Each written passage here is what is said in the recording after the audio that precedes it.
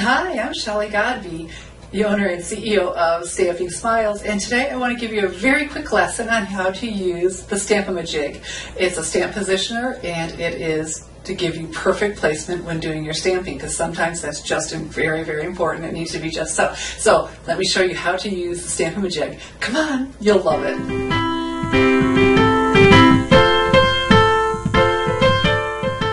So you may be asking yourself, okay, you're going to show me how to use the Stamp-a-ma-jig. Why would I want to know how to do that? Well, for instance, this is a great stamp set to explain that. Watercolor Winter from the 2012 Stampin' Up! Holiday Catalog.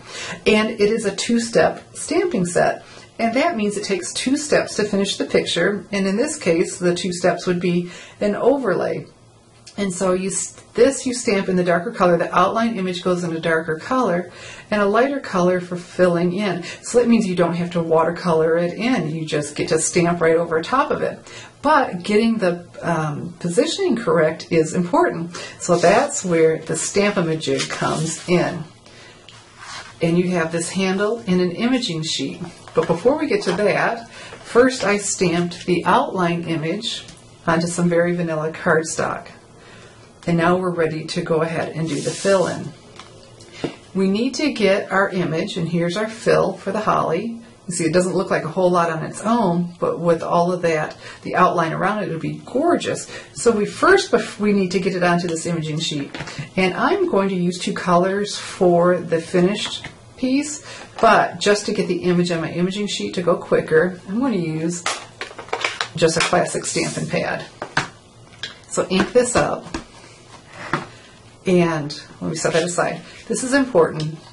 The imaging sheet, and that just means the image goes on there, needs to be butted up into the corner. So I lay that on here and butt that up into the corner. And remember the position that you stamp it in. And so my 3 berries will be up in the corner and stamped. Now we can't remove this from the clear mount, because if we do, we probably won't put it on the same way again. Okay? And because we have that nice and solid so you can see it easier, we need to go ahead and clean it. So a quick lesson with the Stampin' Scrub. You mist on one side to clean your stamp, and then the other to get off the residual ink and dry it. So now we're ready to change colors, and I will do that with the Stampin' Right markers, my Gumball Green and Cherry Cobbler. So I'll go ahead with the brush end, color in my berries. And you see I don't have to use the tip of it, I'm just using the side. And you don't have to press very hard, these are high quality markers. And then the Gumball Green. Color in the holly leaves. So this was a Stamp-a-ma-jig lesson, and it's turning out to be how to clean your stamp lesson and how to use markers on the back of your stamps at the same time to get more than one color. Okay, so now the imaging sheet and the handle we're going to set aside.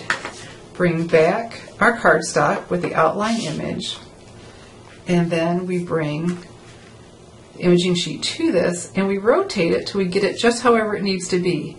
Doesn't matter if this is straight, because I stamped it like this. You just rotate it till it gets just exactly where you need it to be so it's lining up. And so you can see the image through it. Aha, imaging sheet. Now you may want to rotate the whole thing. And it's lined up oh so beautifully. Now come back with the handle. Make sure this sheet is in the corner. And I like to test. Make sure I didn't move it or something. So see, it's right there. So keep your hand on the handle, remove the imaging sheet. Now remember our berries, the 3 were up in the corner. This has been drying while I've been talking and showing you and coloring on it. So I'm going to huff on it to revitalize the ink.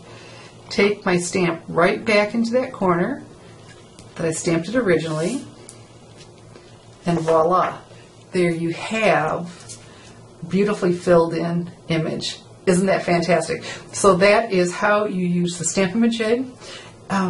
Today I'm not going to show you the finished card I made with this. It's exclusive for my mailing list subscribers for my 12 weeks of Christmas, but you've got the lesson of how to use the Stampin' Up! Stamp-a-ma-jig. And so I invite you to be on my mailing list too, so you can get my exclusive 12 Weeks of Christmas projects. And like I said, exclusively made by me, not shared with anybody else, and I don't share them online. You have to be on my mailing list to get them. So there's a link at the bottom of the screen that'll take you right to my mailing list sign-up form. I'm Shelley Godby, teaching you how to create hand-stamped smiles. Thanks for watching.